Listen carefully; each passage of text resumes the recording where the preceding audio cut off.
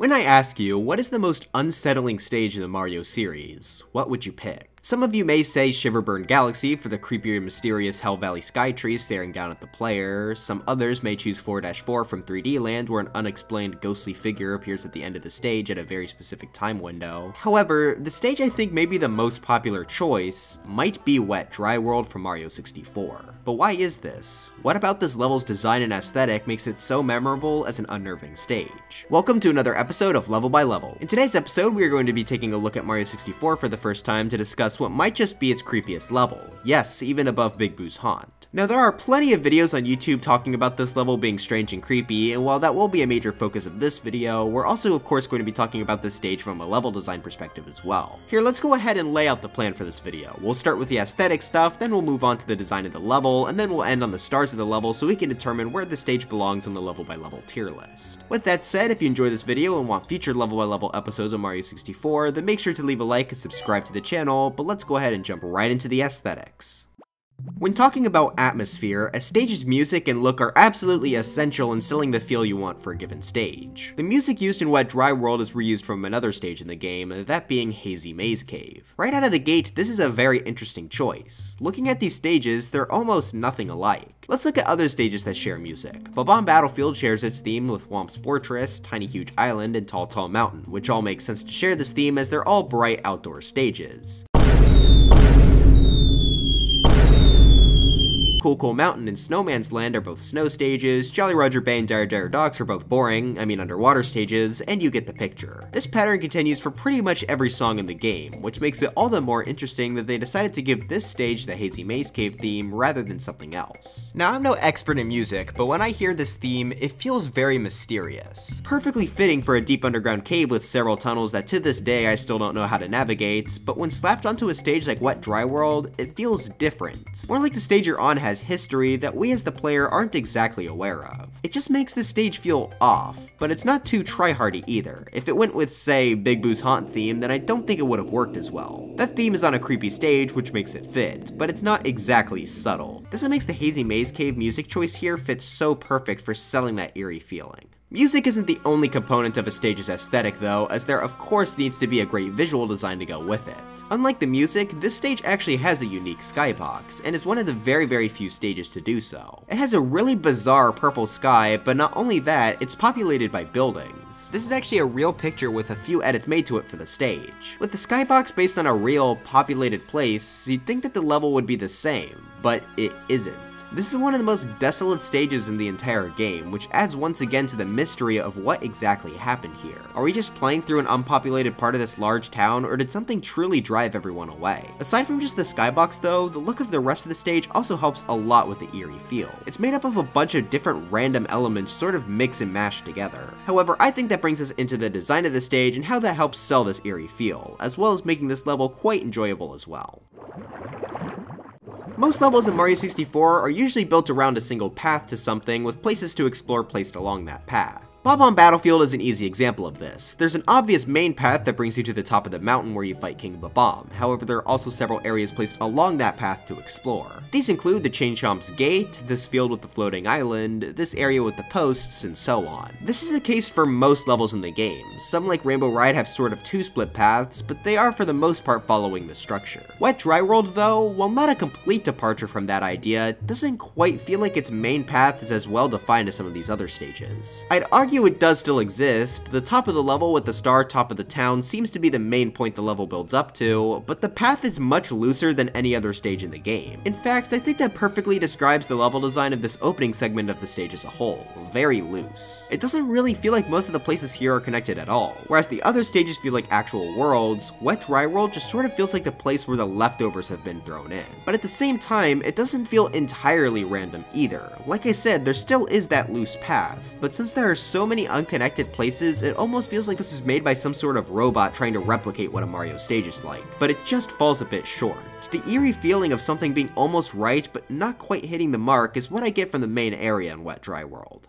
I mean, let's take a look at some of these sections. There's a random bridge behind you at the start, there's a bunch of random crates thrown off to the side, there's this stack of blocks with a special diamond on top which we'll get to later, there's this random pillar with 5 coins on top of it along with another diamond, there's these unique arrow blocks that I'm pretty sure not a single soul has ever actually used, and so many other places that just don't really fit that well together. It doesn't feel natural like the well put together locations in stages like Bob Battlefield. All of that was essential in making the stage feel as eerie as possible, but of course after that you have to consider, how is the player actually expected to travel between all of these locations? Well, I think now is a good time to introduce the stage's main gimmick, the rising and lowering of water. Yeah, this wasn't called Wet Dry World for no reason. Essentially by touching these diamonds placed throughout the stage, it will shift the water level to match that specific diamond. From there, you can obviously just swim between all of these random thrown around locations. Oh, and if you don't want to go through the hassle of finding a specific diamond, you can actually control the water level before you enter the stage depending on the height you enter into the painting with. Much like everything else in the stage, this is such a weird gimmick that's extremely different from anything else in the game. It makes the traversal way different from not only the land stages, but the water ones as well. Heck, I'd argue this is the only fun water stage in the game because of how varied its movement can be. There are also plenty of options to move around without changing the water level as well. As I said before, this sort of main path for the level is going toward the top of the town, but getting up these large blocks is definitely a bit of a challenge for Mario. Luckily though, there are several heave-ho enemies that will be able to throw Mario up higher if he's able to get onto their platform. While this enemy does appear on other stages, this is the only one where it's actually used to help the player move, which just adds on to making the stage feel so different. Going onto these enemies is a lot of fun as well, so I'm really happy they got a chance to shine here.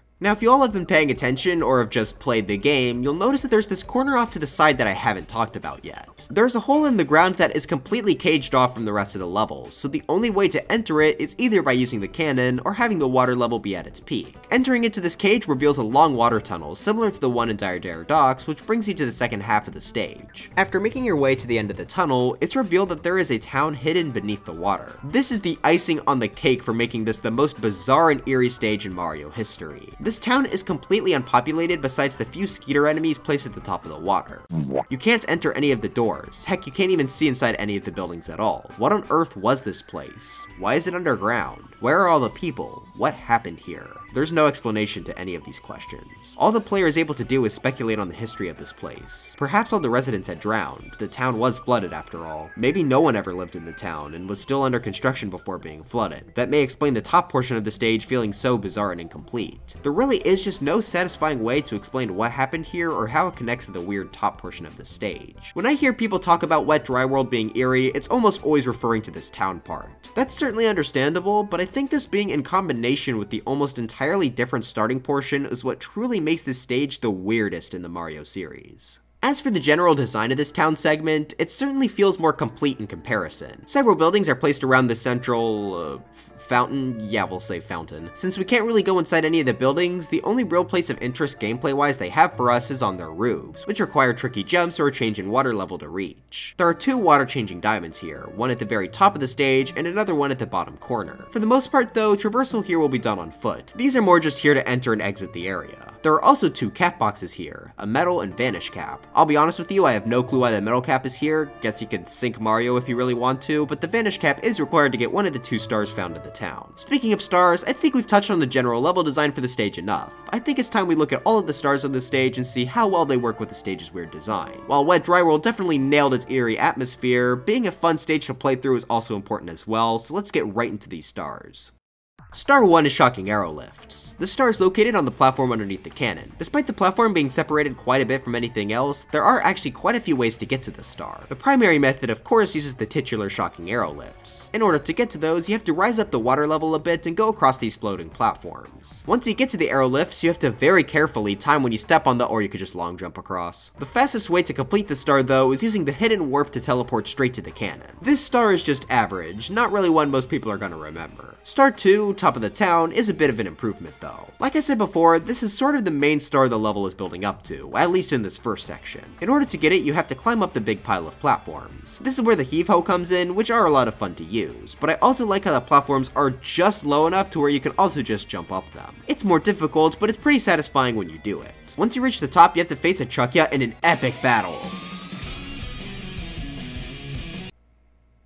Man, that was intense. Afterwards, you have to walk across the small wooden beam, which is extra scary because falling will mean that you have to redo a lot of the climb up here. Amps and a fire spawner are also placed here to build the player's nerves and make them want to cross the gap more quickly. If you're able to make it past all of that, then you're left with just one more jump off a spinning platform to get the star. But if you're good, then you'll be able to get the star just fine. I definitely like this star a lot better than the last one, as it feels much better developed. If you do start the stage with the water at its highest height though, it is a bit easy since you can skip the entire climb, but I still think this is overall very solid. Star 3 is Secrets in the Shallow and Sky. Okay, I'm gonna be real with you guys, this star sucks. The secrets category of stars has always been one of my personal least favorite. I like when missions in games like this can be a bit obscure because exploring can be a lot of fun. Take a look at some of my top picks in my Mario Odyssey moon ranking, for example. What I don't like is when there's absolutely no hints whatsoever as to what you're supposed to look for or if you're even on the right track. For example, Into the Flowing Sands is a moon that's fairly well hidden, but even then there's a slit in the wall to point the player in the right direction. That's one of my favorite moons for that very reason. But the problem with these secret moons is that there's really no hint at all. Okay, at least in Shifting Sandland they're all connected to coins, and in Tiny Huge Island they're all connected to small holes, but there's no pattern in where these secrets show up here. Some show up behind these push blocks, others are found in these exclamation mark blocks. And you know, I may have been fine with this if the secret's gimmick was about blocks, but the real kicker here is that not every push block or exclamation mark block has these secrets. Like, why does this push block give you a secret, but this one doesn't? On top of that, why does this push block and exclamation mark block give you 2 total, but the setup here gives you none? It just makes no sense to me. Add on the fact that the star itself spawns super far away from any of the secrets, and you have yourself a really lame star. Star 4 is another one that's on the mediocre side of things. This is called Express Elevator, Hurry Up, which involves Mario needing to break a block at the bottom of the elevator, meaning the water level has to be at its lowest point due to them being indestructible in the water. From there you have to climb up to the near top of the stage, and after that you need to activate these elevators, run down to the bottom, and then ride them up to the star. This one is just really mid, there's not much else to comment on it, it's just sort of uninteresting.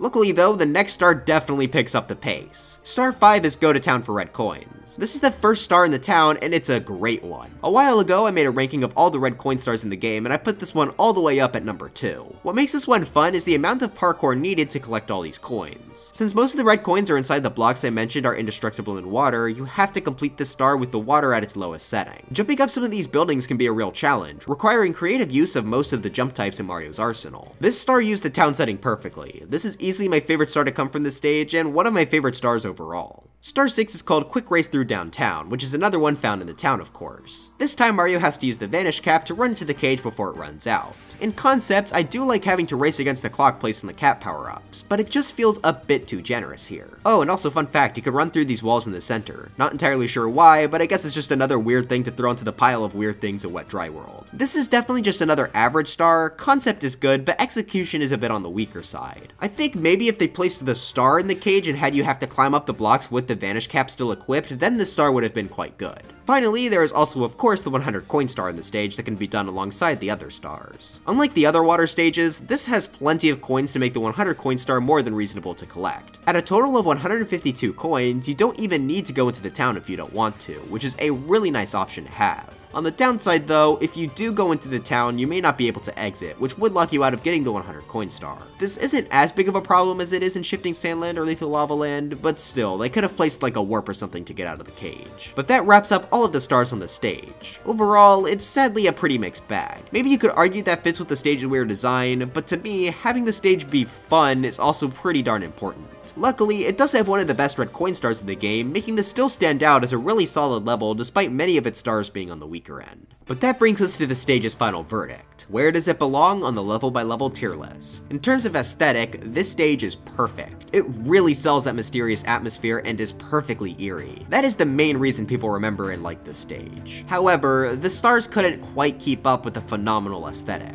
While the water gimmick is pretty fun and creative, many of the stars don't really use it in interesting ways. The red coin star definitely helps bring the stage's average up a lot, but still, the weaker stars like Secrets in the Shallow and Sky and Express Elevator Hurry Up hold this back from being really high on the list. In the end though, I do still really love that aesthetic, so I think this is just barely able to make it into A tier. Had the stars just been a bit better, it may have even been able to squeak its way into S. But as it is now, I think A tier is more than reasonable for the Mario series' most mysterious stage.